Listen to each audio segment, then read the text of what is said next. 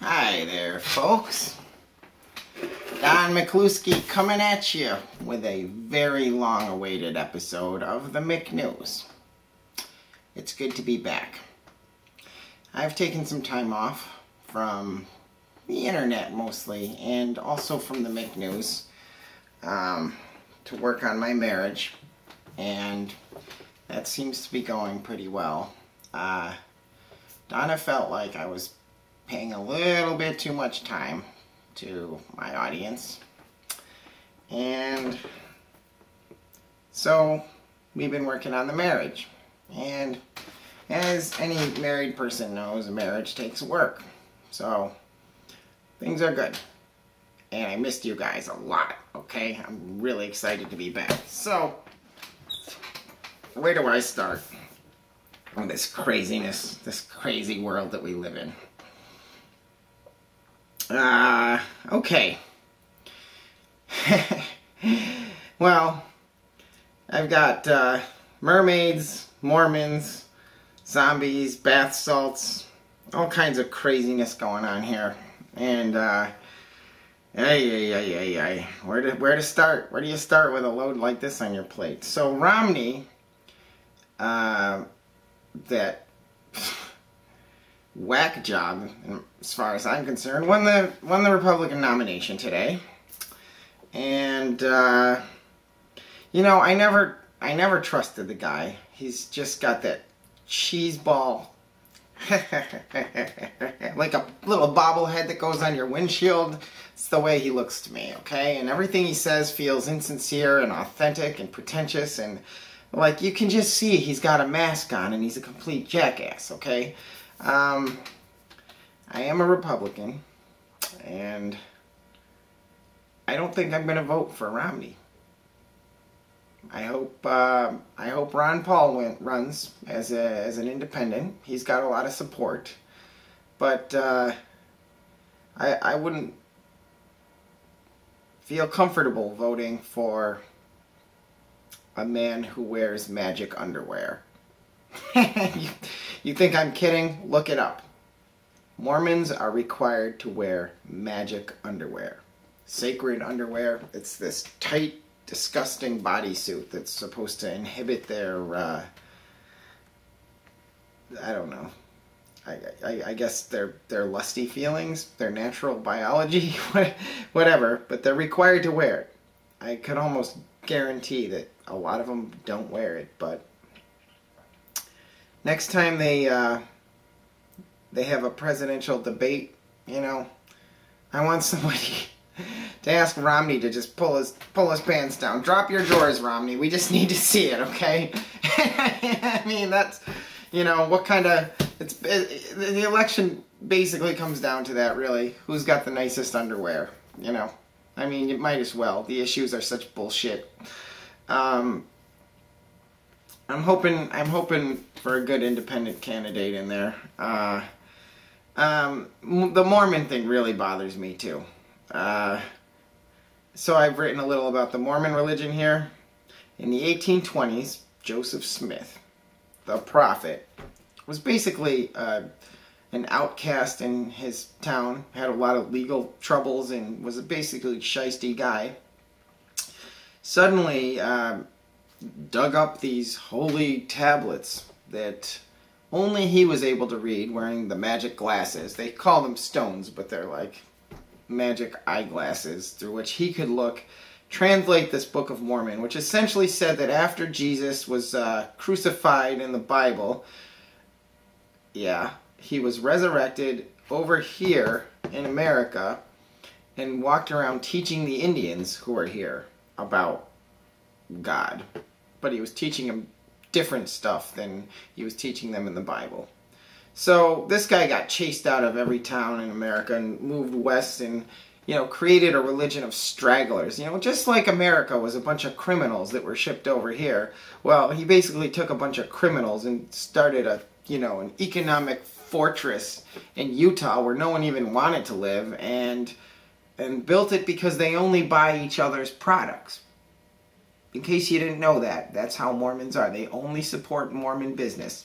And that's how they have been allowed to grow and continue and actually prosper. You know, it's like the Jews did. And the Jews in Germany were doing that exact thing when Hitler decided, wait a minute, all the people of Germany are starving. These wealthy businessmen are only trading fairly with each other. And he decided to, you know, do something about it. I'm not saying what Hitler did is right, okay? Because it's not. But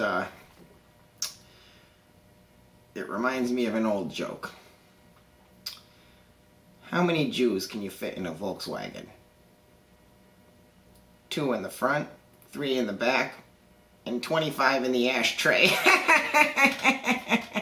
Okay, I know, that's a tasteless joke, okay? But, God, I don't mean anything by it. I don't like Israel and their behavior and the Zionists and the control that is being shown in America.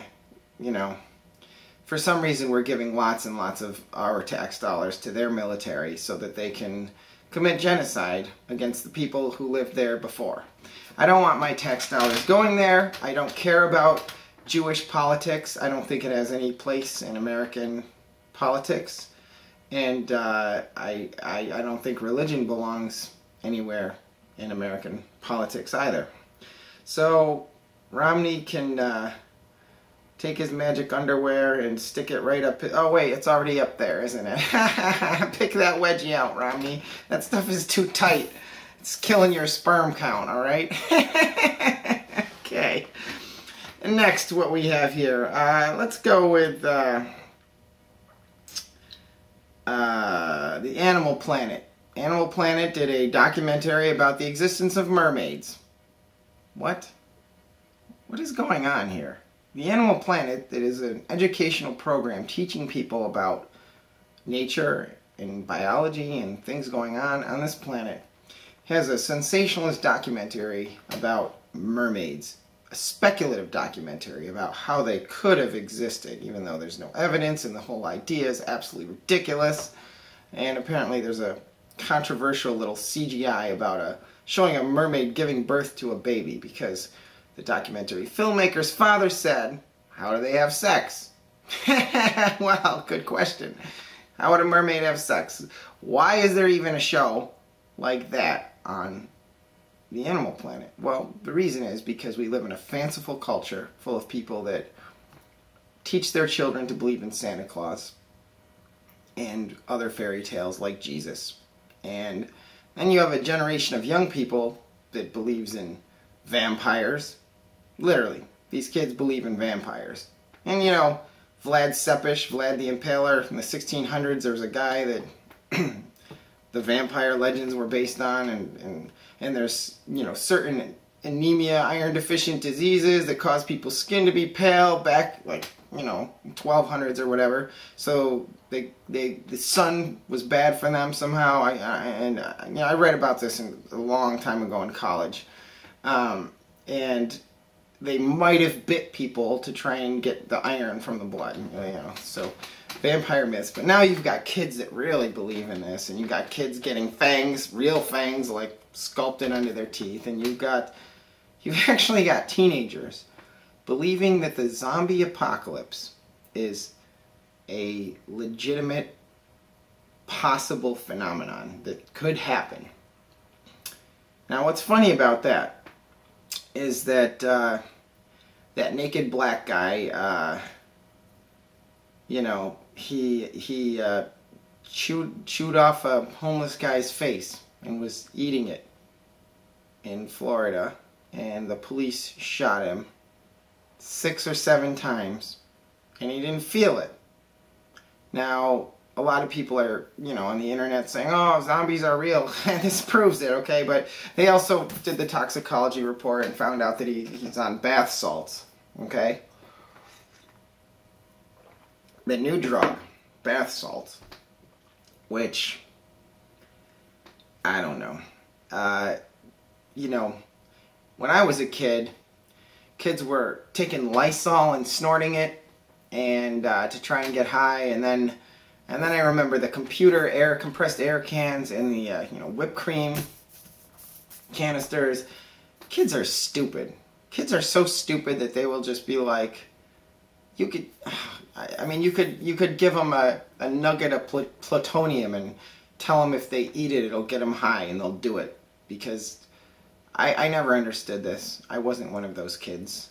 They're kids from low-income families who aren't loved by their parents. Anyway, there is no zombie apocalypse. So, I look at the picture of the guy, though, you know, his crazy little eyes. I mean, he's like a feral creature. And I think you'll see a lot of this in the impoverished urban communities, mostly black, this disconnection from humanity going on as a result of poverty and drugs. I'm not a racist, okay? This has nothing to do with racism. This is actually a fact. I wanted Herman McCain to win the Republican nomination, okay? And I would have been totally thrilled to have 2 black guys be president of the United States in a row. I think we need more black guys in politics, honestly. I mean, not the Ebonics kind of black guys. We don't need those guys. But, like, you know, black guys that are well-spoken and educated and have morals. We don't need guys like Obama, though. And it's a shame that he was the first black in the presidency because, you know, I just don't want a president that thinks gays belong in America. Honestly, that's just disgusting. We had a victory in North Carolina on that note. North Carolina found it against their constitution for gays to marry. That's great news.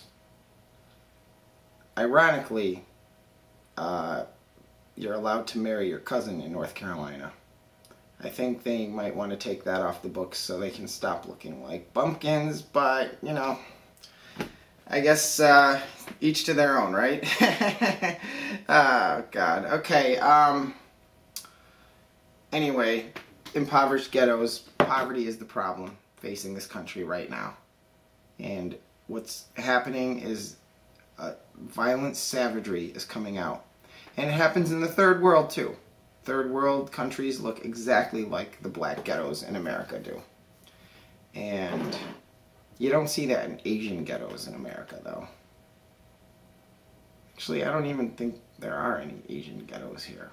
Asians are all pretty much either rich or on scholarships and going to school or working as engineers.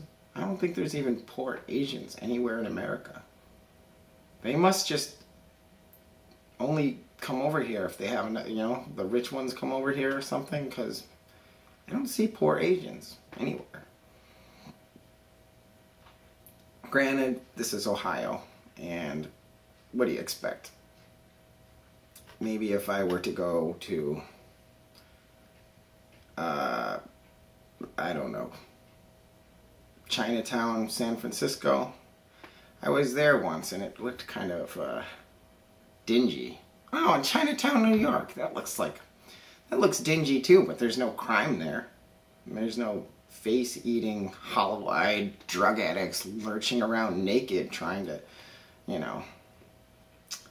Speaking of poverty and black people, Trayvon Martin, the 17-year-old shot by Zimmerman, they found tweets between him and his friends showing that he was not the model upstanding student that everyone portrayed him as when they tried to say this was racist, motivated, blah, blah, blah. They found that he sent a text to his friends saying that he punched a bus driver, Trayvon did. Or his friend sent him a text saying, I didn't know you punched on a bus driver, you swung on a bus driver. So, this little kid that we're supposed to believe was so innocent walking with his Skittles. The other side of the report says that Zimmerman says that the kid turned and attacked him.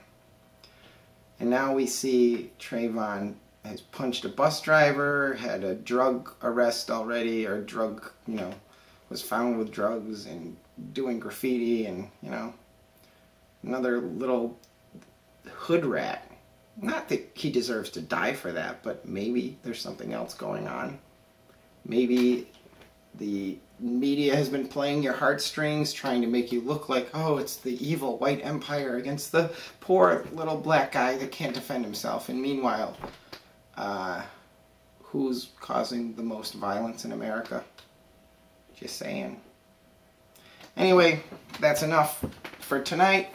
I'll be back regularly, and I look forward to hearing from you. Donumentary@gmail.com, or search me on Facebook by that email address. All right, Don McCluskey out.